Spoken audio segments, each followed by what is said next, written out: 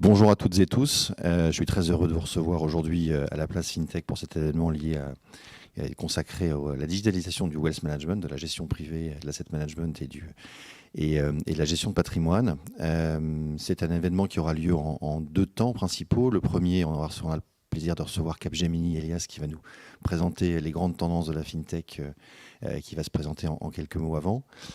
Puis après, nous aurons un second temps de discussion autour des thématiques qui sont aujourd'hui des thématiques assez importantes de la gestion de patrimoine et du wealth management, qui sont le sujet de la digitalisation. Dans un secteur dont nous savons tous qu'il a été résistant à l'utilisation des technologies parce que parfois un peu riche, parfois un peu conservateur, en particulier en France, que c'est un secteur d'activité qui bouge doucement, mais qui commence à bouger sous la pression à la fois du poids réglementaire évidemment, mais aussi de la demande des clients finaux, qui cherchent aujourd'hui plus de fluidité dans leurs échanges avec leurs interlocuteurs. Donc ça ouvre énormément d'opportunités que toute l'industrie de la tech autour de la gestion de patrimoine attendait depuis très longtemps. Et donc nous allons en parler avec 4 invités que j'aurai le plaisir de vous présenter tout à l'heure. 4 spécialistes qui connaissent ça par cœur, éclairés par nos amis de Capgemini. Donc je suis Guillaume-Olivier Doré, je suis le directeur de la publication de Finance Mag et j'ouvre cette conférence en laissant le micro à Elias. Merci d'être avec nous aujourd'hui. Je vais vous présenter donc rapidement les conclusions de notre dernier rapport. Donc avant toute chose, je suis Elias Ghanem, je m'occupe de l'intelligence de marché chez Capgemini dans le secteur financier. Et notre objectif est d'avoir un point de vue sur l'évolution de chacune des industries de la banque. Que ce soit la banque de détail, que ce soit la banque privée, la banque commerciale, la banque de paiement. Et on a toujours tendance à dire, j'aime bien présenter en disant la banque est comme un immeuble. Le rez-de-chaussée, c'est le paiement. Le premier étage, c'est la banque de détail. Le deuxième étage, c'est la banque commerciale. Et la banque privée est celle qui est en haut, qui a la plus belle vue d'ailleurs. Et en fait, la disruption commence au rez-de-chaussée et monte petit à petit. Et en fait, elle est en train de monter de plus en plus. Et c'est ce qu'on va voir aujourd'hui. Je vous invite à scanner le QR code. Ce n'est pas votre passe sanitaire, mais c'est l'accès au code secret de la bombe nucléaire, non, au rapport de Capgemini sur le secteur financier. Nous avons aussi aujourd'hui, ce que je vais vous présenter, c'est un mélange des tendances qui sont le code du milieu. Et le premier, c'est les conclusions du dernier rapport. Le prochain rapport sortira en juin sur le wealth management. Je vous invite d'ores et déjà à vous inscrire pour le downloader. Et je commence. Donc, principalement, quand on a lancé le World Wealth Report 2021, c'est la 25e édition, 25 ans que nous couvrons l'industrie. Nous avions commencé en 1997. Et d'ailleurs, 1997, c'est là où on commence à positionner le début de la dette technologique du secteur du wealth. Guillaume Olivier a très bien dit, c'est un secteur qui est allé lentement parce qu'il n'y avait pas besoin d'aller plus vite. Mais en fait, aujourd'hui, ils doivent rattraper le retard parce que le monde a beaucoup évolué, que ce soit du smartphone à la mobilité des gens et à la digitalisation des expériences. Depuis 2 ans, on ne se voit quasiment plus. Et du coup, le titre de notre rapport que nous avons lancé de nouveau en juin l'année dernière, c'était « Il est grand temps, il est urgent, il est essentiel de pousser les frontières ». De pousser les frontières du wealth management, que ce soit mental, que ce soit opérationnel, que ce soit les canaux, pour pouvoir récupérer, capture, et en fait au début c'était capture back, reprendre la part de marché dans l'esprit du consommateur. Aujourd'hui le consommateur, d'ailleurs du high net worth individuals, que nous définissons comme quelqu'un qui a $1 million ou plus de investable assets, donc en dehors de sa résidence principale, est de plus en plus à l'écoute de nouvelles solutions. Et du coup, pour les acteurs traditionnels, il est essentiel de pouvoir récupérer cette part de marché. 3 conclusions qui ressortent du rapport. Premièrement, les États-Unis ou l'Amérique du Nord repassent devant l'Asie, ce qui est en termes de fortune globale, ce qui nous a beaucoup étonné. En fait, l'Asie a pris la main il y a une dizaine d'années et va la garder de nouveau, mais ponctuellement, grâce à l'equity stock et surtout aux tech companies, un peu plus difficilement depuis quelques jours, mais globalement très solide, le marché des high net worth individuals s'est développé énormément aux États-Unis, beaucoup plus en Amérique du Nord qu'en Asie, et du coup l'Amérique du Nord a repris le dessus. Le hybrid advisory est devenu essentiel. Aujourd'hui, on ne peut plus se contenter du shake hand, prenez un café, asseyez-vous et je vais vous raconter ce qui vous attend. On est dans une phase de transmission de richesse des parents aux enfants. on est dans une position de diversification du portefeuille, que ce soit les Women in Wealth, une population qui a un comportement différent par rapport à la prise de risque et par rapport à la discussion, dans des populations qu'on appelle aussi les mass affluent, ceux qui sont entre 100 000 et 1 million, qui est une population qui croît de plus en plus, mais qui ne peut pas être traitée de la même façon que sont les high net worth en termes de rentabilité. Et du coup, le faire de façon hybride est essentiel. Et finalement, pour y arriver, il faut trouver ce nouvel équilibre entre être un New Age tech firm, ce qui est quelque part choquant pour une industrie dans le wealth. New Age tech firm, ça c'est les Google. Et bien en fait, il est essentiel que les compagnies, les banques privées y arrivent aussi, tout en gardant ce qu'elles savent faire de mieux, le relationnel, le privé, le discret et le personnalisé dans la relation. Et donc voilà les 3 conclusions du rapport qu'on va essayer de travailler ensemble. Essentiel d'essayer de quantifier la population. Dans le rapport, vous aurez tant la population que je vous montre ici, que de l'autre côté, en nombre de dollars. En population, l'année 2020 nous a mis au-dessus des 20 millions de high net worth individuals. On est arrivé quasiment à 21 millions. Ce qui est très intéressant, c'est que la croissance annuelle a accéléré. Alors la façon négative de dire ça, c'est les riches deviennent de plus en plus riches. En fait, non, la richesse grandit, il y a de plus en plus de personnes qui ont accès à la richesse. Et c'est vrai que la tech industry a tellement évolué, vite et bien, que la richesse de cette population a augmenté. Qu'est-ce qu'on voit d'intéressant? L'Amérique du Nord est la région qui a eu la plus haute croissance, drivée par le equity market. Un déséquilibre colossal entre où sont les États-Unis, où on est le Canada, bien évidemment, mais l'industrie de la tech étant très américaine, East and West Coast, a fait que la richesse est extrêmement développée là. On voit l'Asie-Pacifique qui est en stand-by, mais qui va accélérer rapidement. La Chine, excellente croissance. Hong Kong, en pleine croissance. L'Inde, l'Indonésie est plus en ralentissement, mais clairement, l'avenir est là-bas. Et aujourd'hui, le wealth tech se développe de plus en plus en Asie. L'Europe est là. L'Europe maintient sa position, mais l'Europe n'est plus un engine of growth, n'est pas une zone de croissance exponentielle, surtout que la jeunesse exporte sa richesse avec elle en allant aux États-Unis ou plus tard en Asie.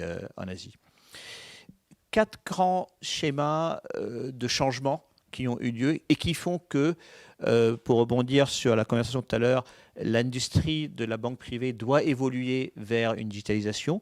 Premièrement, de grands changements macroéconomiques. Deuxièmement, de nouveaux joueurs, de nouveaux acteurs dans le jeu. Le modèle opérationnel, le modèle de coût, le modèle de rentabilité est extrêmement challengé par des taux d'intérêt très bas, bien évidemment.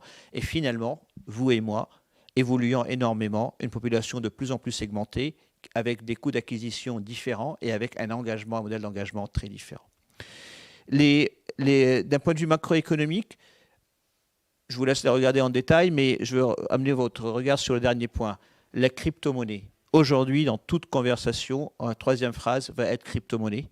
Et même les high net worth individuals s'y intéressent. Pourquoi? Parce que la rentabilité des crypto-monnaies est colossale. La fluctuation des crypto-monnaies est colossale. Et du coup, le conseil qu'on peut attendre de quelqu'un dans les crypto-monnaies devient essentiel. Et aujourd'hui, clairement, la banque traditionnelle, dans la banque privée traditionnelle, crypto-monnaie, c'est un sujet qu'elle ne maîtrise pas du tout. D'ailleurs, soit dit en passant, très peu de gens le maîtrisent, qu'elle soit dans la wealth tech ou dans le traditionnel. Mais les attentes du consommateur sont colossales. Et donc, comment accompagner notre client dans son investissement, dans sa diversification de son portefeuille en crypto-monnaie devient essentiel. De nouveaux acteurs rentrent dans le jeu. Les SPAC deviennent une réalité. Il y a eu cette phase de boom de communication. Comme d'habitude, il y a un moment donné, il y a du bruit, et après, il y a un moment donné où ça fonctionne. Là, on est dans une phase où ça fonctionne de plus en plus discrètement. Et puis surtout, il y a une phase de wealth tech qui se développe. Un high net worth sur 3 nous dit qu'il est en discussion ou qu'il est en investissement avec une wealth tech. Ça ne veut pas dire qu'il a investi dans la wealth tech. Ça veut dire qu'il utilise une wealth tech quelque part dans sa chaîne de valeur. Ça ne veut pas dire qu'il a tout enlevé de son argent de la banque privée et qu'il a tout mis dans une wealth tech. Mais la wealth tech commence à faire partie de son schéma de développement et d'investissement. Le modèle opérationnel des banques privées est extrêmement challengé Pourquoi? Parce qu'il y a un gap technologique colossal qu'il faut couvrir, parce qu'il y a des coûts de plus en plus élevés, parce qu'il y a une reskilling du staff, du staff tant opérationnel que commercial. On est dans une approche beaucoup plus personnalisée et du coup, les relationship managers doivent aussi s'adapter et du coup, c'est un coût colossal pour les banques privées. Et finalement, pourquoi tout ça? Parce qu'en fait, une évolution du profil du client. Et aujourd'hui, le client, quelques exemples très intéressants, Women in Wealth, aux États-Unis, explosion très positive des femmes dans le business side.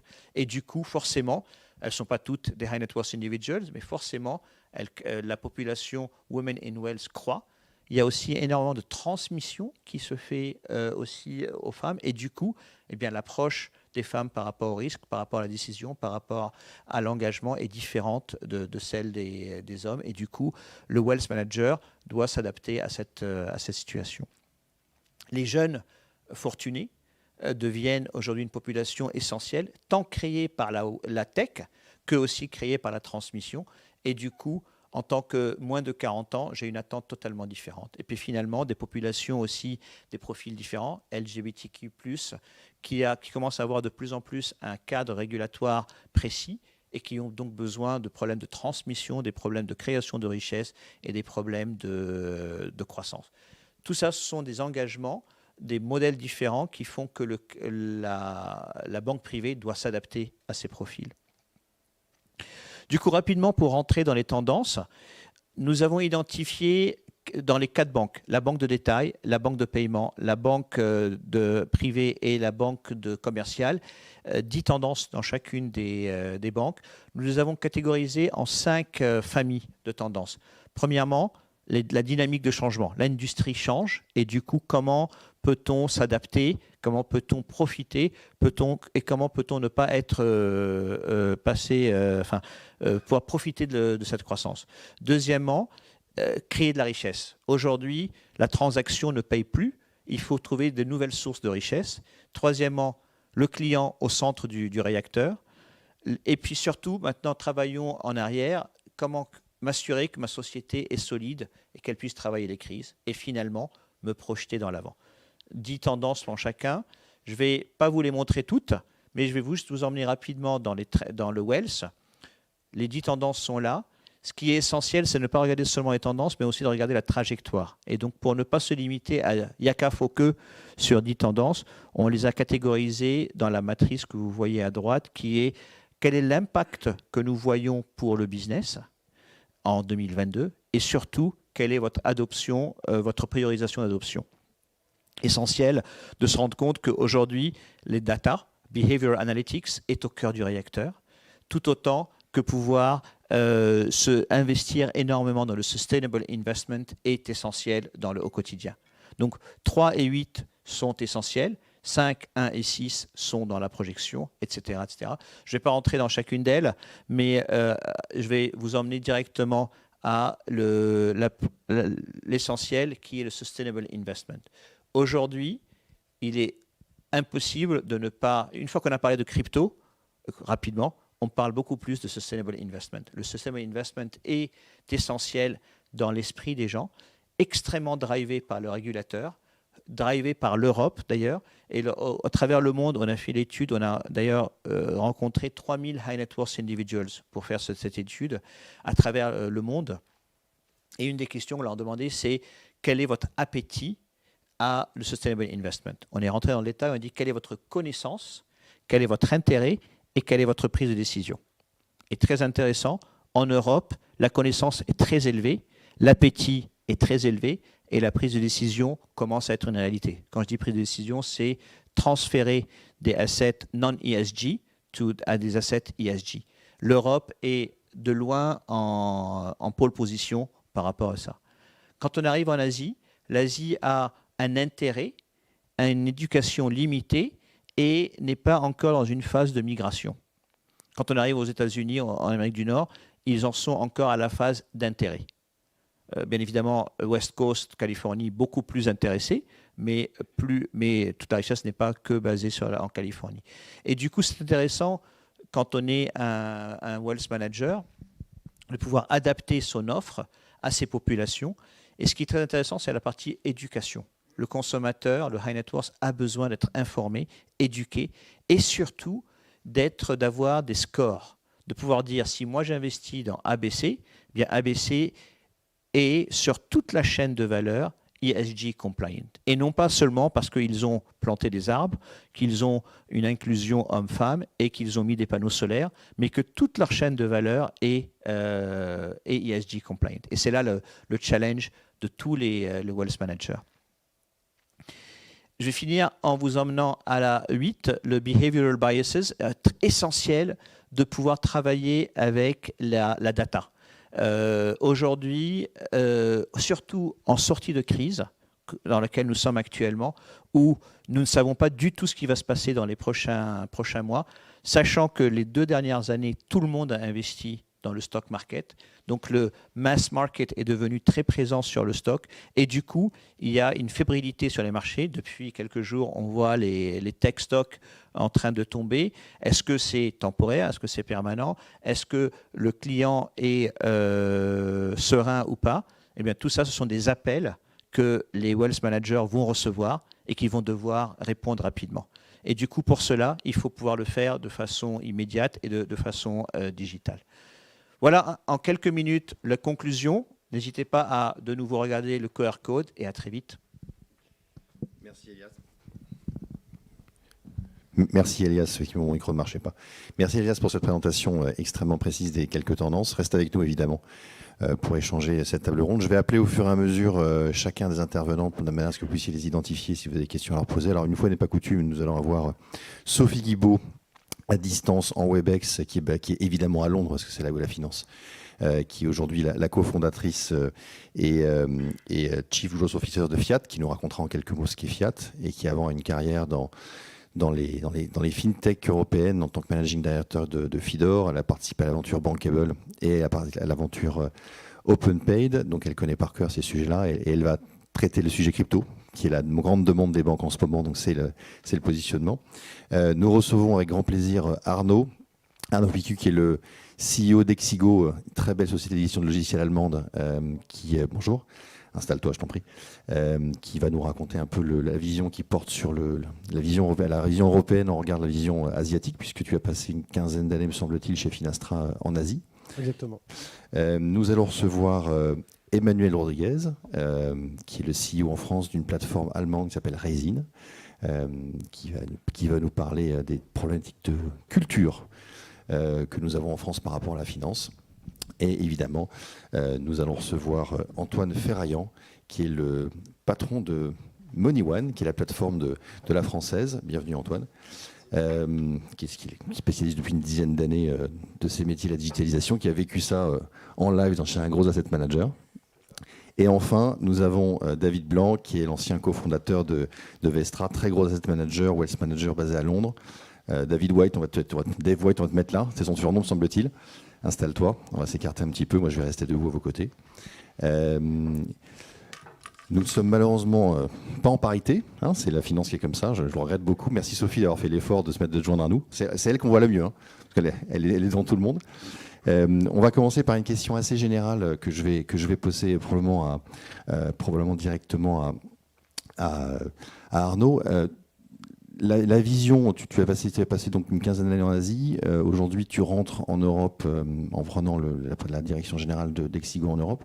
La vision que tu as, toi, venant d'Asie, de ce qu'est la différence de culture ou la différence de fonctionnement des asset managers, la digitalisation. J'ai l'impression que c'est plus avancé là-bas et ça l'est probablement moins ici. Je dis ici, c'est l'Europe. Hein. Bonjour à toutes et à tous et merci de nous accueillir aujourd'hui. Donc effectivement, j'ai passé 15 années à Hong Kong et je suis rentré il y a 3 mois en Europe. Donc ça fait vraiment longtemps que j'ai été parvenu en Europe, et particulièrement en France. Donc c'est vraiment très intéressant. Effectivement, la première chose que je voudrais dire sur et je vais lire avec beaucoup d'intérêt l'étude. Effectivement, la partie wealth management, la partie vraiment intéressante est probablement liée aussi au Covid. Le premier effet que ça a eu, notamment en Asie, c'est qu'on est descendu dans le segment, dans les segments.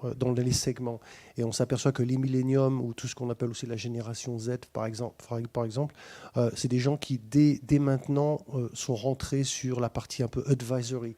Évidemment, en rentrant des goals, des objectifs qui sont complètement différents de je dois partir à la retraite, mais je dois acheter une voiture, je pense à un voyage. Et donc, donc c'était déjà dès leur plus jeune âge, sur le mobile, ils avaient déjà des applications sur j'ai besoin d'un peu d'advice. Le projet, en fait, construit par le projet. Exact, ça a commencé donc on s'aperçoit que, et je reprends un peu l'image que tu as donnée tout à l'heure au niveau de la maison. Je ne sais pas si c'est la maison qui monte sur le haut ou le fintech ou la fintech qui descend au niveau de la population. En gros, ça démocratise. C'était ce qu'il y avait en Asie. Tout le monde en Asie, à Hong Kong, il y a 6 millions d'habitants. Et les applications d'advisory pour les jeunes, c'est à peu près 700 000 utilisateurs. Juste de l'advice qui commençait à je vais me payer un voyage dans 18 mois. Qu'est-ce que toi, mon robot, tu me recommandes de faire, sachant que je gagne 3 000 € par mois. Donc ça, pour moi, c'était déjà c'est inclus dans la vie de tous les jours, comparativement à des pays beaucoup plus conservateurs comme la France. Ça, c'est la première chose que j'ai remarquée. Merci beaucoup. Antoine, je vais te passer la parole sur la partie. Alors toi, tu l'as vécu en live parce que MoneyOne, c'est un des pionniers de la digitalisation de l'asset manager avec la groupe là. Donc tu as fait quand même un petit moment que tu es dedans. Donc tu as vécu en fait toute l'évolution depuis maintenant 10 ans, me semble-t-il. Hein. Tout à fait. Y compris l'accueil extrêmement favorable que le marché de la distribution a eu pour MoneyOne lorsque vous avez ouvert, me semble-t-il, si je peux me permettre. C'est peu dire. C'est peu dire. C'est un grand succès de la part des professionnels qui ont adoré qu'on fasse du digital à la place du physique.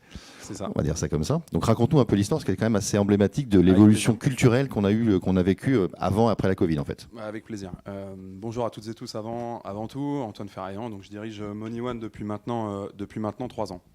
Alors c'est vrai que MoneyOne a un positionnement un peu atypique puisqu'on est le rare distributeur adossé à un asset manager. Donc on vient faire du B2C alors que l'asset manager qui nous détient, qui s'appelle La Française, a fait sa renommée et ses encours via un réseau de distribution B2B. Donc effectivement, l'accueil n'a pas forcément été le meilleur, mais on s'aperçoit aujourd'hui d'ailleurs, et c'est une des raisons, une des conséquences du Covid. Je ne vais pas dire conséquences directes parce que le mouvement s'était un petit peu amorcé bien avant le Covid. Hein. La digitalisation n'est pas arrivée que grâce à cause du Covid, mais a fait que ça a accélérer le mouvement. Donc en 2016, quand on a créé MoneyOne et qu'on est venu justement un petit peu disrupter ce marché en proposant des produits issus de l'asset manager directement au client final, dans la répartition de la chaîne de valeur, effectivement, on a créé de la valeur. Et c'est un peu notre créneau à nous, c'est de se dire un distributeur aujourd'hui, surtout s'il se veut digital, il doit être générateur de valeur.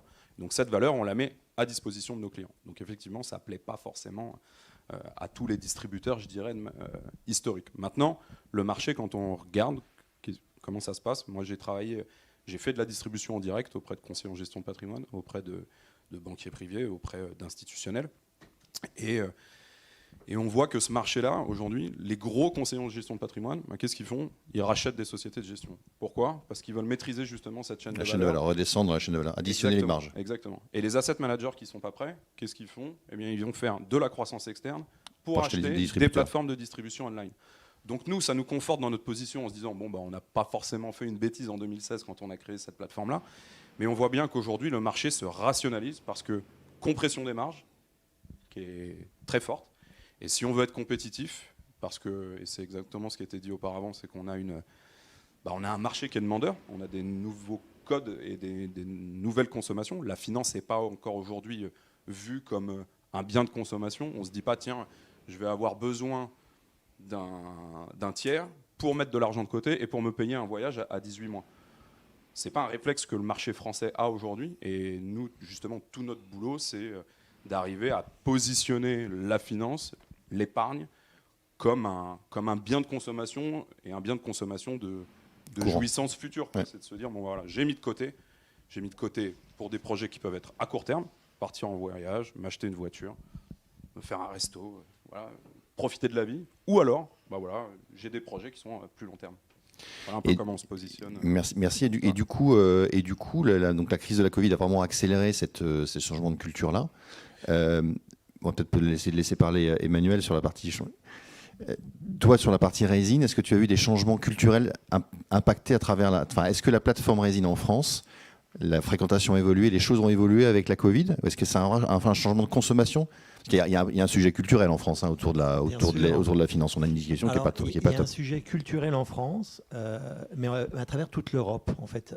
Pour ceux qui ne sont pas familiers avec Raisin ou Raisin DS, puisque nous avons fusionné avec notre concurrent Deposit Solutions en juillet, nous sommes une plateforme pan-européenne de l'épargne. Et on est présent sur 8 différents pays à travers l'Europe. Et on travaille avec un peu plus de 150 banques partenaires de l'espace économique européen. Et moi, je suis en charge du marché français depuis 2 ans. Et je jalouse assez mes collègues. Parce que lorsque je regarde un petit peu le profil des investisseurs, puisqu'on a une plateforme B2C en direct ou en B2B2C, les investisseurs finaux sont très différents d'un pays à l'autre. Et les actifs sous gestion sont aussi très différents. Donc je me creuse un petit peu la tête pour dire comment est-ce que nous, les Français, on peut rattraper notre retard. Pour vous donner une idée, le profil de notre investisseur en Hollande va avoir 57 ans et va gérer sur notre plateforme pas loin de 90 000 euros. L'investisseur allemand va être un petit peu plus jeune, 55 ans et des brouettes, et va gérer aussi pas loin de 90 000 euros. L'investisseur français, 42 ans, 30 000 euros. Sacré retard. Et en fait, je suis tombé sur une étude très récemment qui m'a un petit peu ouvert les yeux et qui me dit finalement ça dépend du terreau dans lequel cet investisseur évolue, je pense.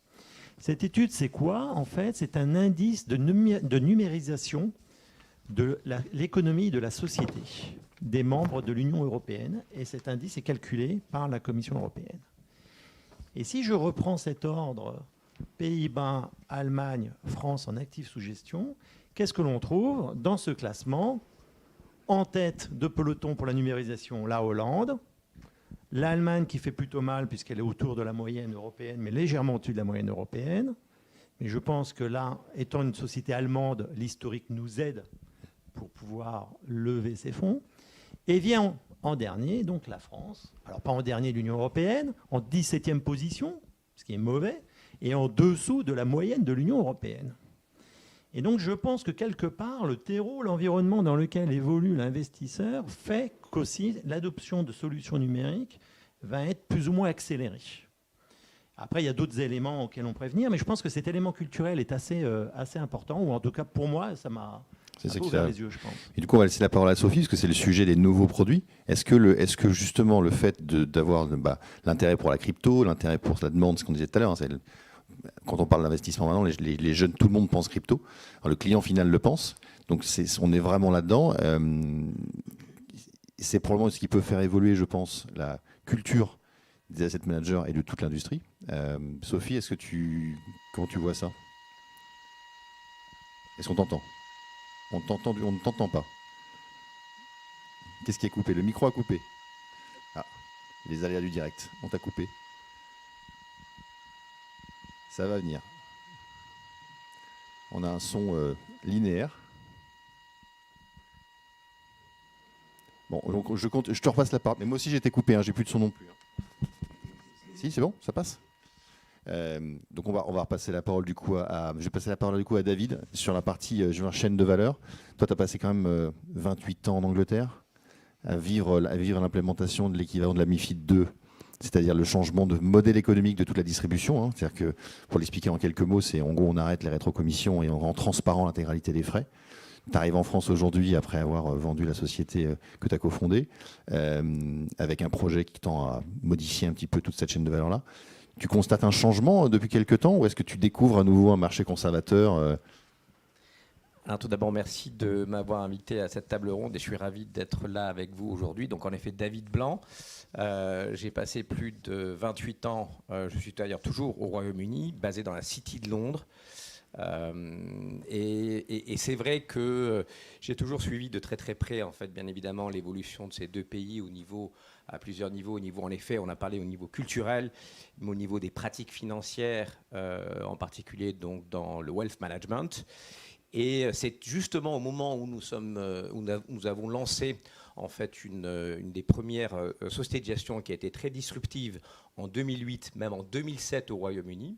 Donc comme le disait Guillaume Olivier, avant même le fait que les rétrocessions soient devenues illégales, donc bien avant MiFID II, mais c'est en 2012 qu'au Royaume-Uni, en fait, avec ce qu'on appelle le RDR, le Retail Distribution Review, les rétrocessions et la transparence a été vraiment mise en avant et même en fait c'était au niveau légal. Nous avions en fait décidé d'anticiper cela. Donc en fait dès 2008 quand on a lancé notre offre disruptive, c'était une start-up, Vestra qui voulait dire c'était votre patrimoine et vraiment aller sur la demande fondamentale du client. Et le message clé était de dire on voulait revenir vraiment à la transparence. Donc en effet, moi, aujourd'hui, donc, je suis toujours au Royaume-Uni, mais je regarde parce que je trouve que la France est en train de bouger énormément. Il y a une dynamique exceptionnelle au niveau de la French Tech, au niveau de la FinTech, au niveau de la Wealth Tech. Et je pense qu'il y a vraiment des choses à faire et que la France va bouger. Je lisais bien sûr un des derniers rapports du Sénat du mois d'octobre qui disait qu'en dépit de MiFID II, la France avait demandé toujours une exception. Je pense que peut-être une des solutions pour essayer d'aller de l'avant et de répondre aux demandes aux demandes du client qu'exprimait bien Elias dans l'étude très intéressante de Capgemini, c'est la transparence avant tout, la transparence, l'éducation, la volonté de mieux comprendre. Et je crois que fondamentalement, le digital va nous aider à aller dans ce sens-là, dans tous les pays, et en particulier en France, qui est encore vraiment un peu réfractaire, bien évidemment, à cette transparence, puisque vraiment, c'est la plupart des opérateurs du marché en conseil d'investissement sont classifiés selon le rapport du Sénat en non indépendants. Et donc, même s'ils ne prennent pas de rétrocession, ont la possibilité de prendre des rétrocessions. Guillaume Olivier, si je peux rajouter un chiffre là-dessus, en fait, dans l'étude qu'on a faite il y a 2 ans, on était arrivé à la conclusion, en fait, les high net worth individuals ont fait 3 demandes. Je suis prêt à payer des fees. Je ne remets pas en question, mais je veux savoir ce que je paye. La transparence, extrêmement compliquée. Et d'ailleurs, quand on a posé la question aux banques privées, ils disaient, la difficulté, c'est de pouvoir rentrer dans le détail. Parce qu'en fait, oui, on a la table des prix, mais la réalité est totalement différente, premièrement. Deuxièmement, ils voulaient une éducation sur les nouveaux instruments. Et troisièmement, ils voulaient de la valeur ajoutée. Et en fait, pour arriver à la valeur ajoutée, le seul moyen d'arriver à la valeur ajoutée, c'est d'avoir de la data et de pouvoir engager le consommateur. Et du coup, transparence, valeur ajoutée et au milieu éducation sont les opportunités pour la banque privée en France et partout en Europe. Est-ce qu'on a sauvé le soldat Guibault? Est-ce que Sophie est parmi nous? On n'entend pas. On n'entend toujours pas, pauvre. Mais bien sûr, on va laisser Arnaud parler. Connecte-toi, on suit l'aventure de la connexion de Sophie en parallèle sur l'écran général, donc c'est parfait. Pour l'instant, parlez, messieurs, on va laisser par la main, on va y arriver. Je voulais juste rajouter et confirmer ce que tu as dit sur la dynamique de la French Tech qui revient. Et je pense que c'est vraiment intéressant. Et c'est vrai, je vais donner deux exemples. D'abord, il ne faut pas oublier que dans le capital market et dans la partie développement des plateformes de trésorerie, la France a été numéro 1 pendant très longtemps. Quand on regarde aujourd'hui les gros logiciels de capital market, ils sont tous français. Donc on avait déjà cette culture qui date depuis 2005, 2006 jusqu'à 2010. On était déjà, les gros logiciels, si on se souvient des noms comme Murex, Condor, ça vient d'ici, il n'y a rien à dire. Donc on avait déjà ça. Deuxièmement, quand on regarde à l'étranger, typiquement en Asie, aujourd'hui les quants et les développeurs qui travaillent dans le wealth management sont quasiment tous français. Il y a eu une traction pour faire venir ces talents qui ne sont a priori pas ailleurs. Et ça, j'ai vu ça dans les 3 dernières années. Encore une fois, la pousse et la demande pour ces ingénieurs français se confirme. Donc il n'y a aucune raison qu'on ne redevienne pas le leader de la finance, de la fintech que l'on était il y a encore 10 ans. Est-ce que Sophie est parmi nous? Est-ce que tu débranches ton micro? Oui? Non? Toujours pas. Oui. Si, ça marche, voilà. Ça y est, on t'entend. On t'entend, mais c'est le micro qui ne marchait pas. Donc parle-nous de la crypto. Parlons de la crypto et du produit, parce que du coup, c'est la demande des banques. C'est comme les clients la demandent, forcément, ça remonte la chaîne de valeur et qu'elles ne savent pas gérer, parce que les banques avec la crypto, c'est comme une poule avec une fourchette, ça marche moyen, ça ne savent pas trop l'utiliser. Donc, j'imagine que c'est là où vous êtes positionné aujourd'hui, mais comment ça résout la problématique pour le client final ? Ouais, et ben donc c'est une bonne question. Donc moi, j'ai lancé la société Fiat République assez récemment. Alors, on n'a pas pris l'angle d'aider les banques directement à donner de la crypto sur leurs clients. C'est plutôt aider les plateformes crypto telles que Bitstamp, Kraken, Coinbase à avoir des comptes en banque. Et ça, c'est déjà un énorme problème, en fait. Parce que les banques, en fait, ne donnent pas de compte bancaire actuellement à ces plateformes. Et par exemple, il y a 2 ans, on a vu Barclays, du jour au lendemain, enlever le compte bancaire à Coinbase, en fait. Donc, Coinbase a dû fermer pendant plus d'une semaine, ce qui était dramatique. Alors, avec l'angle qu'on a pris, en fait, nous, ce qu'on fait, c'est qu'on collecte beaucoup plus de données des crypto-plateformes et on les donne aux banques pour les tranquilliser, en fait, sur les crypto-flows. Et en fait, dans les discussions qu'on a avec les banques, et on a des discussions avec des banques globales maintenant, et c'est une bonne nouvelle parce qu'avant, ces discussions n'avaient pas lieu. En fait, ce qu'on s'aperçoit, c'est que elles ont envie d'y aller, mais elles ne savent pas vraiment comment y aller. Donc, elles voient qu'il y a de la demande de la part de leur conseil d'administration de trouver un moyen de prendre des flows crypto de manière transparente et sécure. Et en fait, ça part de la base d'arriver à comprendre ces flows et à voir exactement les transactions qui se passent sur la blockchain. Et donc, ça, c'est vraiment ce que nous, on a pris comme angle. Pour aider d'un côté les acteurs traditionnels à supporter des crypto-plateformes comme clients et donc aider en fait l'adoption crypto par l'utilisateur final. Mais peut-être une donnée qui est assez intéressante en fait, c'est une étude de crypto.com. Entre juillet 2020 et juillet 2021, on est passé dans le monde de 50 millions d'investisseurs en crypto à 250 millions. Donc, je pense qu'effectivement, il y a eu cet effet Covid, peut-être passer plus de temps à voir comment investir son argent et peut-être arriver à s'éduquer sur la crypto, mais il y a une vraie appétence en fait sur le monde de la crypto. Et c'est effectivement une classe qui est de plus en plus demandée, que ce soit effectivement pour les petits épargnants, aussi bien que pour les high net worth, qui, comme dans la présentation qui nous a été donnée au début de cet événement, effectivement, les acteurs, les utilisateurs veulent être éduqués en fait. Donc, 1, 2, 3. Ça marche ? Oui, ça y est, ça remarche. Merci beaucoup. Oui, là, donc du coup, le sujet compliance, c'est important. C'est-à-dire qu'on le voit en fait dans l'utilisation. Alors, on a une grande chance, c'est que, comme disent les Américains, SaaS is eating the world. Donc, il y a énormément de logiciels qui aujourd'hui se créent autour des sujets pour automatiser un certain nombre de fonctions. Tu évoquais le sujet de la compliance. Est-ce que c'est un sujet, Arnaud, que vous traitez, que tu vois comme étant prégnant aujourd'hui dans la demande ? Puisqu'on voit aujourd'hui que les sujets, en fait, c'est la connexion finalement entre des mondes qui ne se parlent pas, la crypto, l'asset manager, le digital, voilà, donc on digitalise beaucoup de choses. Le compliance, c'est important. Est-ce que c'est un sujet qui devient prégnant pour les banques, pour se sécuriser ? Un point intéressant. Donc, la semaine dernière, on était en Suisse où on faisait une table ronde sur la crypto pour les banques privées, donc pour effectivement comme un phénomène qui ne peut pas être ignoré.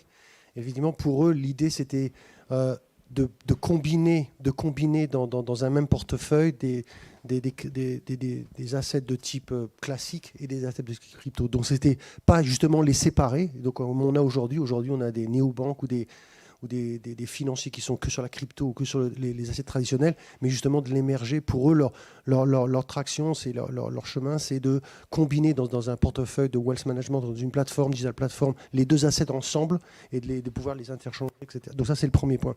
Et donc, effectivement, quand on a touché les points de régulation et on a passé des heures sur les discussions, c'est tout ce qui tourne autour des données. Donc, principalement, les données, la régulation, est-ce que ça doit être régulé, pas régulé ? Donc, j'avoue qu'on est à la fin de cette réunion, on est sorti sur pas grand-chose à la fin, juste que, pour être honnête, et on se rend compte que d'un pays à un autre, et on a touché des projets en Indonésie, tout revenait sur la donnée financière, la gestion de la donnée, la sécurité de la donnée, le transfert de données d'une plateforme à une autre, qui est la partie vitale dans le wealth management, c'est d'être capable de combiner des données extérieures, intérieures, pour en faire, et je pense que, je ne sais plus qui a dit ça, tu avais dit ça tout au début, tout est un jeu de données. À partir du moment où on a les données, on peut appliquer des modèles intéressants, mais pour faire des modèles intéressants et avoir des outputs intéressants, il faut combiner des données de plein d'endroits différents. Et le problème, c'est comment fait-on d'un point de vue légal pour rendre ces données disponibles. Oui, sachant que le contexte compliance c'est un peu différent sur chacun des pays. Donc, et la culture de la compliance. Emmanuel voulait intervenir, après je te laisse la parole. Oui, je voulais intervenir là-dessus, c'est très intéressant parce qu'en fait, nous, on fait une collecte d'épargne cross-border. Donc, on aide des banques françaises à faire de la collecte de dépôts en Hollande ou en Allemagne ou ailleurs. Donc, le sujet de compliance et au niveau européen est vraiment très important chez nous et on cherche au maximum à le standardiser, voir quel est le point commun entre ces différents pays et essayer d'adopter à ce moment-là le delta qui va manquer pour chacun des pays. Mais je voudrais revenir quand même sur l'élément culturel parce que je pense qu'en France, pour que ce phénomène d'économie numérique, de digitalisation et d'adoption de la part du client ait lieu, il faut réellement changer la mentalité. Dans le sens où, dans les pays anglo-saxons, on aime se frotter à la concurrence. On devient meilleur sur un ring de boxe. En France, on est meilleur avec une nounou et un état fort derrière. Je schématise, je fais exprès, mais et ça c'est assez intéressant parce que du coup, certaines des institutions, et on l'a vu par exemple avec le président de l'association française des banques, qui disait mais l'open banking c'est une erreur. Ça ne se serait jamais entendu de la part d'un CEO de banque anglo-saxonne. Elle travaille dans l'open banking depuis 15 ans. Tu peux intervenir, je ne sais pas si ça fonctionne quand tu interviens, mais interviens. Non, mais absolument. Mais en plus, en Angleterre, ils ont carrément créé le working group. Tout au début de PSD2, ils ont créé leurs propres règles. Et moi qui étais dans justement ces working groups, en fait, ils prenaient vraiment l'angle de OK, comment on fait plus de concurrence, quels vont être les nouveaux business models, et vraiment essayer de créer ce setup pour la compétition. Donc, c'est vraiment pas du tout les mêmes discussions. Tout à fait, tout à fait. Et du coup, les incumbents, comme disent les Anglais, ou ceux qui sont bien positionnés, les acteurs traditionnels, vont jouer en fait des règles de conformité pour s'inventer des règles et devenir plus pape que le pape lui-même. Bien sûr. Pour empêcher et empêcher ces flux et empêcher en fait que son client grandisse. C'est là-dessus que j'allais réagir. En fait, il faut faire attention à la bataille. La bataille, c'est pas la bataille de la compliance. Ouais. La compliance est essentielle, il faut la faire, mais il ne faut pas que ce soit une muraille de protection. Mais c'est comme ça que le système, alors on revient au système culturel, on va aborder un sujet qui est non politiquement correct, c'est comment est-ce qu'on fait pour pénétrer un marché français qui est très clairement ultra conservateur et qui souvent se protège derrière des surréglementations pour éviter de bouger, qui est quand même la culture française qu'on a systématiquement. Peut-être que je peux intervenir sur ce sujet, justement, et ayant vu ce qui se passe au Royaume-Uni, puisqu'en fait, au Royaume-Uni, on a été dans la société de gestion de portefeuille, vraiment, créée en 2007-2008, et on était vraiment un acteur. À cette époque, on était un disrupteur, une start-up, mais on est vite devenu un incumbent, comme tu disais, ou du moins un acteur traditionnel, puisque fondamentalement, la technologie n'était pas un des vecteurs clés pour nous. Et on a vu évoluer. On a quelques amis qui ont participé, par exemple, à l'expérience Nutmeg. Ne parlons pas de Revolut, bien évidemment, mais en fait, moi, c'est les deux modèles que je retiens, avec Nutmeg et Revolut. Vous savez ce qui s'est passé, les multiples. Et c'est vraiment, je pense, qu'une des clés en douceur et en respectant bien évidemment les règles de compliance actuelles, mais c'est par la technologie, par la wealth tech, par la technologie qu'on arrivera à faire peut-être changer les mentalités tout en respectant la compliance et surtout quand on voit et en allant directement donc aux besoins du consommateur tout en respectant bien sûr la chaîne d'opérateurs actuels qui peut-être également devra évoluer puisque je rajouterai juste un point.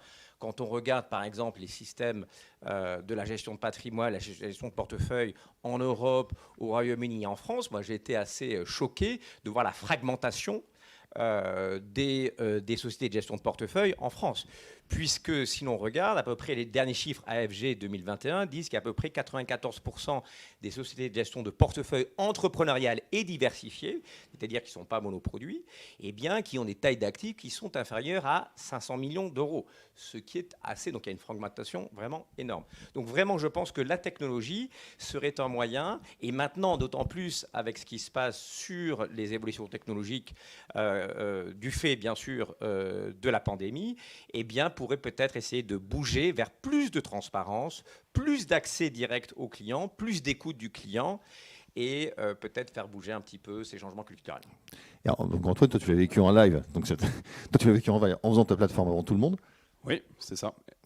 Ça fonctionne. Ouais. Alors c'est vrai que le compliance c'est nécessaire et quand on parle de transparence, c'est le cœur du dispositif si on veut avoir l'adhésion du client final, parce que je pense qu'il faut remettre l'utilisateur à un moment donné au cœur du dispositif, c'est lui qu'on veut attirer. Donc la compliance, nous on l'aborde de deux façons. Il y a effectivement la compliance propre au produit. Les autorités de contrôle n'aiment pas ça. La relation à distance, comment je qualifie mon client, est-ce que le produit que je lui propose est adapté, est-ce qu'il est en adéquation avec, est-ce qu'un an plus tard il est en adéquation avec. Effectivement la data va nous permettre de contrôler tout ça. Je parcourais hier soir votre étude justement, et vous parliez de cloud justement, et que l'enjeu des banques privées et des banques passait justement par ce stockage dans le cloud, parce que, et je rejoins ce que vous dites dans l'étude, c'est que tout le monde s'est préparé à passer l'an 2000, mais au-delà, effectivement, il y a un grand point d'interrogation. Et on voit qu'il y a un retard du marché français, et c'est vrai qu'il y a un retard. Nous, on le voit bien quand on essaye d'aller chercher des outils qui sont propres à notre manière de distribuer des produits. Par exemple, un CRM extérieur avec de la data hébergée dans un cloud, hébergé ailleurs de France, dans des systèmes étrangers, c'est branle-bas de combat. Parce que la réglementation fait qu'aujourd'hui, il y a des outsourcing officers qui doivent scorer les partenaires avec qui on va travailler. Et c'est vrai que quand on n'y est pas confronté depuis le départ, quand on a l'habitude de distribuer les produits, eh bien, il y a un petit frein, un petit recul-frein qui se fait, et on se dit, et c'est à la limite légitime et bon pour l'ensemble des utilisateurs, c'est de se dire où va aller la data de mon client. Donc ça, il y a deux enjeux dans la compliance. Il y a la donnée, et deux, comment je vais venir dans la distribution de mes produits, comment je vais venir protéger l'investisseur final. Et les deux gros enjeux quand on est un distributeur français aujourd'hui, c'est ça. C'est comment je vais arriver à bien traiter la data pour avoir un conseil dans le temps, et ça c'est le plus important. On parlait il y a beaucoup de robots allocateurs aujourd'hui. Il y a très peu de robots advisors. Oui. J'ai fait plus 15% ou je suis à moins 10% dans ma performance. Une notification sur son smartphone, qu'est-ce que tu veux faire? Moi, je pense qu'il est bon pour toi de faire ça. Avec un conseil à l'instant T, dans l'immédiateté. Eh bien ça, c'est des marchés, enfin, c'est des choses qui restent, à mon sens, à explorer et qui commencent à émerger, mais qui ne sont pas totalement oui, de toute façon, le robot advisor en France n'a jamais fonctionné. Ça, malheureusement, culturellement, le produit est trop complexe. Quand on regarde nos concurrents, Yomoni, Linksea, dire qu'ils ne fonctionnent pas, ils sont à quelques millions, des centaines de millions de collectes en assurance aujourd'hui, mais sur des montants monstrueux. Enfin, on n'est pas sur les montants américains des Wellsfront, des choses comme ça. Je suis d'accord, mais sur le retail France, ils sont quand même très bien positionnés via des robots qui poussent, c'est vrai, uniquement de la gestion pilotée, par exemple, aujourd'hui. Exactement. Très peu font de la gestion libre et sont capables de pousser l'ensemble des classes d'actifs. Moi, je dirais qu'il faut faire attention aussi au rajeunissement de la population. On a une population riche qui était âgée, et aujourd'hui, grâce à la tech au sens large, et la French Tech entre autres, crée une nouvelle génération de population qui est aisée, qui est mass affluent, qui n'est pas encore high net worth, mais cette population-là, elle est tombée dans le digital étant petite. Oui. Et du coup, ces gens-là vont grandir en âge et en richesse, et du coup vont emmener avec eux le digital. Et du coup vont aller frapper à la porte des banques traditionnelles et vont leur dire où en êtes-vous dans le digital. Et si le gap est grand, eh ben, elles se tourneront vers d'autres acteurs. C'est là qu'on voit que le client effectivement redevient au centre, le cœur du dispositif. C'est-à-dire qu'il accepte finalement beaucoup de choses à partir du moment où on lui donne la transparence, l'accès, la facilité, l'omnicanal. Un peu comme dans le e-commerce, hein. Oui, tout à fait. L'omnicanal devient une obligation finalement pour l'industrie. Sur le rajeunissement de la population, nous on le voit bien. Hein. MoneyOne aujourd'hui, c'est l'agrégation d'une population historique propre à la gestion privée d'un asset manager et de la création justement d'une plateforme tech créée depuis 2016. Donc on a deux populations de nature qui sont complètement différentes. quand on regarde depuis 2016, la moitié de nos nouveaux clients ont moins de 45 ans, quand sur le stock historique, ça représente à peine 9%. Donc il y a vraiment un changement dans la consommation. Avant, mais c'est simple, moi, le premier, j'ai 37 ans.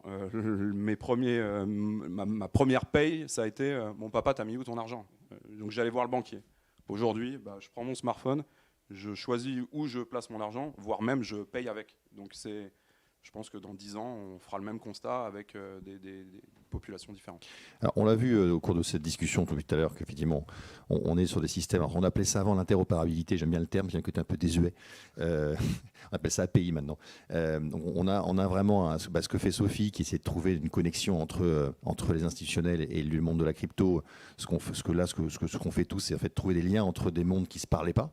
Moi, j'aimerais bien vous entendre sur l'état des lieux de l'apéisation de notre monde, parce qu'en fait, on parle de ça. C'est-à-dire qu'à un moment ou à un autre, tout le monde ne pourra pas tout faire. On ne peut pas faire de la compliance, on ne peut pas faire de la connexion entre de la crypto et de la banque, on ne peut pas faire des logiciels de back-end. Enfin, on ne peut pas tout faire tous. Et donc, forcément, il faut que nos univers se parlent. Les univers se parlent. Ils commencent à se parler aujourd'hui. On est un peu dans la mode des ex-Apple moi, je me souviens, il fallait faire une émulation sur un Apple il y a 10 ans pour ouvrir un Word. Hein. Donc c'est quand même, on est quand même dans le monde différent. Ça a changé. J'ai l'impression qu'on est en train de changer aussi dans nos écosystèmes. Et ça serait bien de faire un petit état des lieux de là où ce que vous pensez comme étant des choses concrètes qui ont eu lieu sur cette apéisation-là. Peut-être sur là. Je vais commencer en mettant dans l'île des tendances. Une des tendances, c'était la plateforme. On ne peut plus tout faire. Il est hors de question de tout faire. Il y a une guerre des talents. Il n'y a plus assez de people pour tout faire. Il y a un time to market. Il faut aller de plus en plus vite. Et puis surtout, il y a des évolutions. Le concept de buy now, pay later, en 2 ans, il a pris une telle présence qu'aucune des banques n'a pu suivre. Tu peux l'expliquer en 2 mots ce que c'est? Le buy now, pay later, c'est plus dans la banque de détail que dans la banque privée, mais c'est de pouvoir, au moment de la transaction, pouvoir financer son achat. Et non pas avoir le montant et puis après aller voir son banquier et lui dire j'ai une dette de X, est-ce que je peux la parcelliser? C'est au moment de la transaction. Et du coup, il y a une réactivité essentielle, il y a un risk profile qui se fait à l'instant même, il y a et puis une décision qui se prend de façon instantanée. Et ça, aujourd'hui, théoriquement, les banques devraient pouvoir le faire puisqu'elles ont toute l'information et elles sont connectées au POS. En réalité, il y a une réactivité qu'elles n'ont pas. Pour plein de bonnes raisons d'ailleurs. Et je pense que c'est là où la plateforme est essentielle, où chacun des maillons de la chaîne peut être ou fait en interne et vendu aux autres, banking as a service, ou alors profiter de chacun d'entre vous qui sache le faire le mieux. Moi, je trouve que l'expérience de Raisin, si je me permettre, Raisin, fabuleux. Toutes les banques aujourd'hui n'ont qu'à se connecter à une boîte comme Raisin et pouvoir du coup déverser ce qu'elles ont en trop et financer ce qu'elles veulent. Sophie, sur la partie basse, toi, tu vis dans ce monde-là depuis assez longtemps. Tu as vu une évolution sur justement l'interopérabilité, les API qui se créent dans ce monde-là. Il y a un changement de culture qui s'est fait. Disons que je pense que ça dépend des acteurs en gros. Parce que tout à l'heure, on mentionnait, il y a des acteurs qui ont fait le minimum, et le minimum dans le cadre de la DSP2. Et il y a les acteurs qui, eux, ont décidé d'essayer de prendre des opportunités, par exemple avec les néobanques, en leur donnant tout ce qu'il y a dans le back-end. Donc, pour moi, il y en a qui ont déjà pris le cap. Et par exemple, nous, là, on est en train de regarder dans des pays tels que la Roumanie ou la Pologne, qui sont des géographies problématiques pour le monde des cryptos.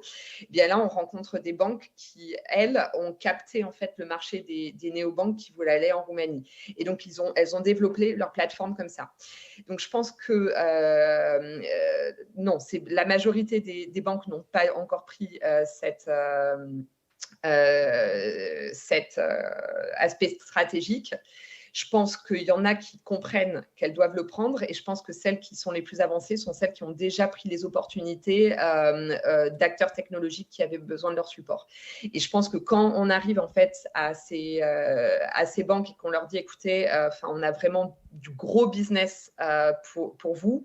En fait, quand la culture de la banque est sur l'innovation, et ben en fait elle priorise les API, et Et c'est les discussions qu'on a. C'est-à-dire que là, ceux qui sont vraiment intéressés par rapport sur le use case de prendre des flots crypto qui sont énormes. Enfin, on a des acteurs avec lesquels on parle, c'est 1 milliard par jour qui passe par une banque. Donc, c'est vraiment très, très conséquent, même pour un département de transaction banking. Et c'est là où la discussion change, où ils disent, OK, vous avez besoin de telle fonctionnalité. On va commencer par faire un minimum viable product. Vous allez prendre ce qu'on a et le reste, on va le prioriser dans notre roadmap. Mais je trouve que les gens sont de plus en plus, que les banques sont de plus en plus ouverts. Mais ça dépend de la culture qu'il y a derrière et des opportunités qu'on leur met en face. Arnaud, sur cette partie-là, sur la partie changement de culture des acteurs bancaires autour de la perception de la technologie, tu vois toi une différence vue de chez Exigo ? Je pense qu'à mon avis, il y a un débat sur la maturité de l'Open API.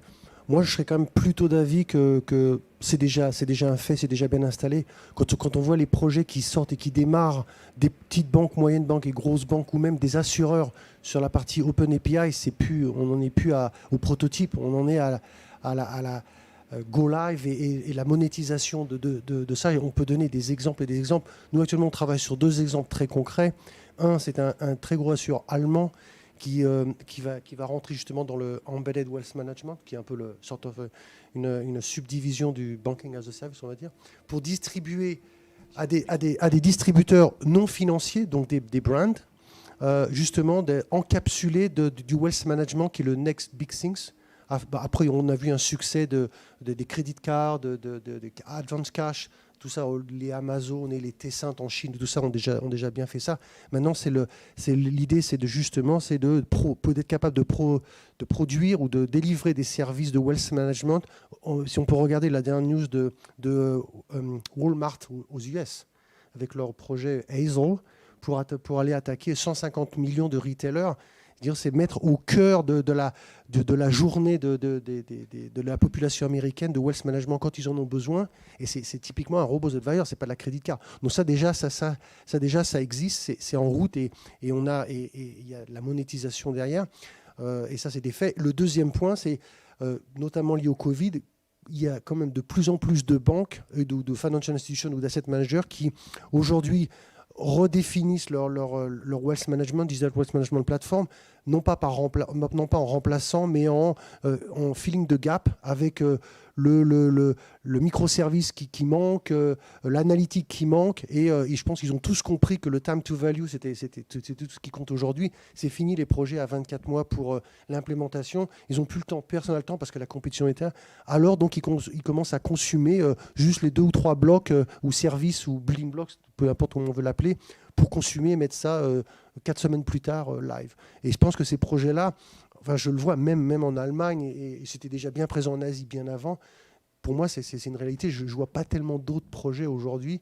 Donc je pense qu'on peut débattre longtemps. Est-ce que c'est mature? Le gap culturel français, mais on y est presque. Après, je vais juste revenir un truc sur une petite chose sur la partie française. De toute façon, quoi qu'il arrive, de toute façon, ça va arriver. Pour moi, c'est un unstoppable train. Il y a la population jeune qui arrive, et de toute façon, c'est ce qu'elle veut, et c'est d'être capable de digitaliser, et je veux de l'advice. Et le deuxièmement, c'est la compétition. Et il y a des cas très concrets de non-financial sector qui commencent à rentrer dans le wealth management. Typiquement, le embedded wealth management, c'est un fait, ça. Donc, de toute façon, ils vont être poussés à le faire. La compétition va le faire, regardless de la régulation. Et à la fin, je pense qu'il y a eu une interview très intéressante de...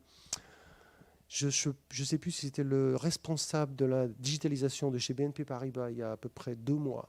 Justement, donc cette personne était en train de commencer à s'énerver contre le régulateur français qui ne prenait pas de position sur la partie crypto. Et donc, ils étaient en train de s'apercevoir que les banques se faisaient désintermédiariser et toutes les plateformes arrivaient de crypto. Et si le régulateur ne bougeait pas, eh bien, il ne deviendrait plus qu'un back-office. Et donc, c'était une interview très intéressante. Et je crois que c'est encore dans LinkedIn, on peut l'écouter.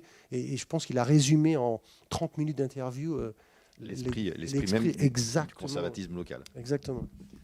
Je te laisse la parole après, mais Antoine, toi, tu avais vécu ça sur la partie est-ce que les asset managers préfèrent acheter ou préfèrent Enfin, feeling de gap en prenant des partenaires, acheter la techno, parce qu'en général, quand ils achètent, ils mangent, ils digèrent et ça disparaît. Exactement. Alors, pour rejoindre ce que disait Sophie, je pense que c'est dans la nature propre de l'asset manager. Et ce qu'il a prévu d'être innovant, et dans ce cas-là, d'intégrer justement sa capacité à créer de quoi être réactif et de pouvoir apaiser avec ses différentes interfaces, ou est-ce qu'il ne l'a pas prévu ?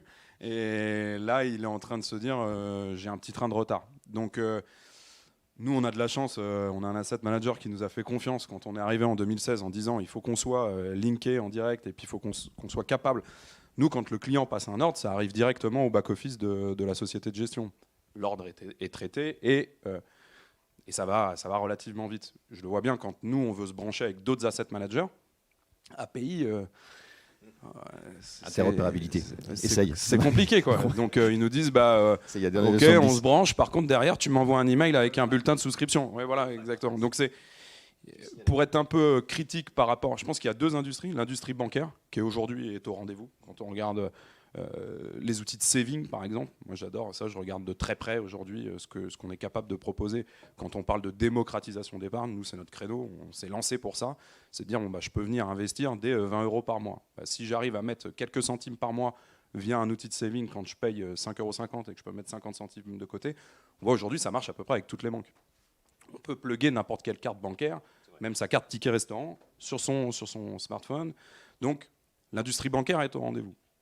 L'industrie de l'asset management, c'est mi-figue, mi-raisin, quoi. Il y en a qui sont là et bien là, et il y en a qui ont un petit train de retard et qui effectivement viennent acheter des distributeurs ou viennent acheter des technos pour justement se mettre rapidement à niveau.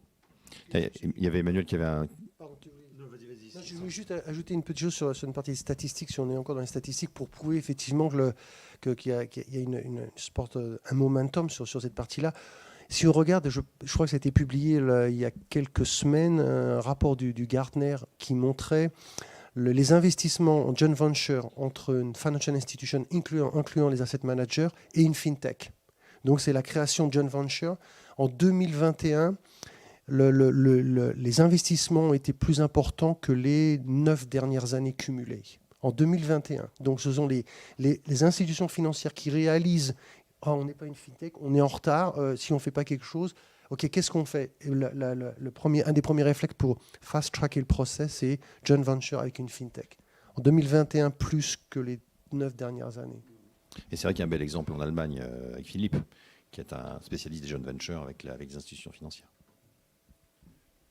Oui, alors je voulais juste rajouter un petit... Non, pas de souci. Non, c'est une statistique très, très intéressante. Et je confirme, je pense que du côté asset manager, les gens réalisent qu'il y a un retard à combler et à rattraper. Pourquoi ils le réalisent? Et là, je vais peut-être répondre à ta première question que je n'ai pas vraiment répondu, qui était justement l'effet Covid. C'est que quelque part, je suis aussi d'un naturel optimiste. Et pour le moment, on a à nous écouter. On a l'impression qu'on push pour convaincre le Français. Or, moi, je pense qu'il y a quand même des mouvements de fond, comme on a pu dire, les générations les plus jeunes. Mais pareil pour les générations les plus anciennes, d'une prise de conscience. Et le Covid a accéléré, en fait, cet accueil en fait, des technologies mobiles, digitales, de la part des générations les plus anciennes. Parce qu'ils n'avaient pas le choix, ils ne pouvaient plus aller voir leur banquier. Donc ici, ils sont mis petit à petit. Et ça, c'est quelque chose qui est très intéressant parce que ça veut dire que peut-être que le français va rattraper son retard par rapport à l'allemand et au hollandais, d'une part. Et aussi, l'autre élément qui est très important et qui est vraiment propre à la France, c'est que c'était quand même un État et une économie très sociale. Or, tous les États sont en faillite, le français parmi les autres. On va avoir une privatisation des services sociaux et des retraites et autres. D'une part, et donc un besoin de prendre en main sa propre épargne de la part de l'acteur final de la chaîne. Et ça, petit à petit, on y arrive, cette prise de conscience arrive, elle se fait, et en plus, elle est peut-être là en train de s'accélérer avec ce que toute la presse parle, l'inflation, le pouvoir d'achat, bon, on est en période électorale aussi, mais bon, il y a quelque part une prise de conscience qui va avoir lieu. Et ce qui va être super pour nous, acteurs, c'est qu'on va pouvoir enfin tirer, je dirais, les bénéfices de l'investissement et du travail dur qu'on a fait de push, parce qu'on va avoir quelqu'un qui maintenant est ouvert. Oui, les clients vont tirer dans le même sens. Ouais, tout à fait. Et dernière question, puis après on va libérer nos auditeurs et on va libérer Sophie aussi, qui est de l'autre côté de la Manche. Moi, la problématique, ce que je vois aussi, c'est qu'il y a un changement sur l'UX. La culture de l'UX qui n'existait pas en France. On traitait le client comme un usager, surtout dans l'industrie financière. On vient culturellement, et ça j'aurais peut-être écouté David sur le sujet, hein, on vient culturellement se dire, la banque a considéré finalement son client était son client, il avait un besoin. Et finalement, la facilitation de l'adoption de la technologie, c'est aussi le fait que peut-être que l'UX, l'adoption de l'UX dans la culture bancaire, où on fait des applications qui sont maintenant jolies, faciles à utiliser, au-delà de l'aspect technique, hein, au-delà de l'apéisation des outils, ça reste fluide, ça reste agréable. Et donc on a finalement amélioré la capacité d'adoption du client à travers une meilleure UX. Tout à fait, Guillaume. Moi, je suis vraiment tout à fait dans ce sens-là. Et c'est ce que l'on a fait dès 2007-2008 au Royaume-Uni, puisqu'en fait, nous sommes partis d'une grande banque qui avait pignon sur rue dans la gestion privée dans le monde. Et on s'est dit fondamentalement, je crois qu'il passe à côté d'une chose, c'est vraiment l'écoute du client. Donc c'est pour ça que la société que l'on avait créée à l'époque s'appelait Vestra, c'est-à-dire votre, donc on voudrait dire Vestrawell, votre argent, et revenir à la notion fondamentale de l'écoute du client. Et c'est fondamental. Et je crois que le digital va nous permettre vraiment de l'UX, donc de pouvoir créer des plateformes digitales qui vont pouvoir, en effet, comme on le disait tout à l'heure, et nous réfléchissons en ce moment sur ce type de produit, comment le faire vraiment pratiquement. Bien évidemment, par exemple, sur les 5 briques que nous avons identifiées, il n'y en a qu'une que l'on veut développer en interne, où on pense qu'on a un petit peu d'IP, tout ça. Tout le reste va être outsourcé. Parce qu'on ne veut pas, bien sûr, et ça, c'est ce qu'on vous dit maintenant, vous n'avez plus besoin d'avoir 15 développeurs qui vont développer en interne. Vous travaillez, vous l'outsourcez, et on va prendre le meilleur de ce qui se fait, parce que les technologies ont tellement changé et changent tellement dans les mois qui se sont passés, que l'on veut vraiment outsourcer et bénéficier justement du meilleur de ce qui se fait dans le monde. Et en effet, et se concentrer sur quoi ? Sur l'écoute du client, sur l'UX, sur vraiment une chaîne de valeur seamless, donc en fait, en essayant de ne pas avoir de gap, la réponse... Pas de frottement pour les clients finaux, donc une expérience fluide. Voilà, une expérience fluide, et en effet, comme le disait Antoine après, donc il y a cette problématique par rapport, je dirais, à l'industrie de la gestion et des sociétés de gestion en France.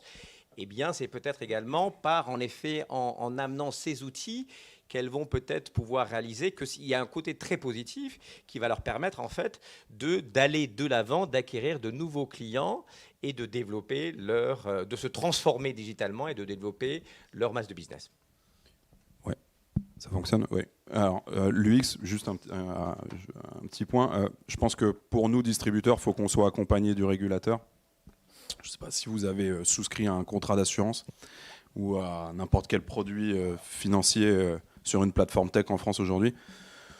Bon, mettez un petit chronomètre à côté de vous et vous allez voir que vous en avez pour facile 20 minutes.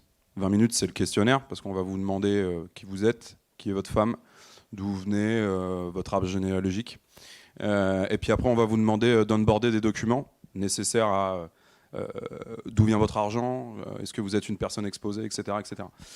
Je le disais tout à l'heure, le régulateur, l'entrée à distance, il n'aime pas ça. Donc si on n'est pas aidé, nous, distributeurs, dans justement un petit peu plus de souplesse dans la distribution des produits, l'UX, on aura un retard par rapport à... nous, on aime bien dire, on veut faire de la finance un bien de consommation. Force est de constater qu'aujourd'hui, on ne peut pas, parce que on ne peut pas venir s'acheter un contrat d'assurance vie en 3 clics comme sur Amazon, ou acheter une carte cadeau Amazon où je peux mettre 50 € sur mon contrat d'assurance comme ça. Non, ça n'existe pas. Si on n'est pas accompagné par justement la régulation et justement de la souplesse dans l'entrée à distance, on aura toujours un retard sur l'UX par rapport à acheter une voiture, Je vais réagir par rapport à l'UX. Nos rapports en 2021 étaient basés sur l'expérience, on a vu ça. Les rapports 2022 vont être basés sur l'engagement. Et on est en train de travailler complètement, tous les rapports 2022 vont être basés à travers l'angle du Chief Marketing Officer, qui est le Chief Growth Officer, qui est le Chief Engagement Officer, qui est cette personne qui maîtrise le NPS, le Net Promoter Score, qui est le sentiment du consommateur. Et un consommateur qui n'est pas content, il s'en va. Et donc, tous nos rapports vont être basés sur comment créer de l'engagement, qu'on peut appeler engagement, qu'on peut appeler éducation, qu'on peut appeler transparence. Mais ça y est, on a fait du cloud, ou on est en train de parler du cloud, on a fait de l'API, il y a une adoption, on est rentré dans l'expérience, on digitalise, maintenant il faut engager tout ça. Il faut engager les gens, Voilà. il faut que les clients y viennent. Merci à toutes et tous. On a relevé... Ah, une question, il y a des questions. Il y a des questions, formidable. Une question. Une question, tu fais. De personnes qui ne sont pas là, mais donc j'ai une question, enfin plusieurs, mais du coup surtout sur, je vais revenir sur les cryptos. Il y a une demande qui dit au-delà de la complexité et du manque de visibilité du marché, cela représente quand même des innovations intéressantes du point de vue de l'expérience client et notamment de son engagement. Donc, les mots exacts pour reboucler sur la conclusion. Mais la question est la suivante. Quelles sont les actions de veille que vous avez respectivement mis en place et les premières conclusions que vous avez pu en tirer? Elle s'adresse à qui la question du coup? À tout le monde? Elle s'adresse... On va laisser Sophie répondre parce que la crypto c'est son dada. Et puis après on laissera peut-être Elias. Tu as entendu la question? Alors, oui, la question, c'est les actions de veille sur la crypto? Oui. Quelles sont les actions de veille pour justement surveiller ce qui se passe? Alors, quand on vient sur crypto et banking, le truc, c'est qu'en ce moment, il n'y a même pas besoin de veille. Il y a tellement un gros problème et il n'y a personne qui vraiment cherche à le résoudre. Donc, c'est vraiment ça qu'on essaie de répondre. En termes d'expérience utilisateur, et ça, je pense, recoupe un peu la question. Actuellement, les utilisateurs, ils ont l'habitude de faire des transferts bancaires qui se perdent, des paiements qui restent bloqués pendant très longtemps, le temps que les banques aient les données qu'il faut pour débloquer les paiements. Faire des paiements vers des IBAN qui les rassurent pas forcément parce que c'est pas des FR par exemple, et aussi quand on est dans d'autres pays, carrément faire des transferts par Swift qui coûtent 25 € pour acheter de la crypto.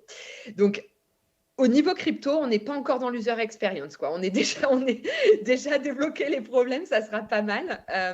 Mais la vérité, c'est que je pense vraiment qu'une fois qu'on aura résolu ces problèmes, on arrivera à donner une expérience utilisateur qui est bien mieux.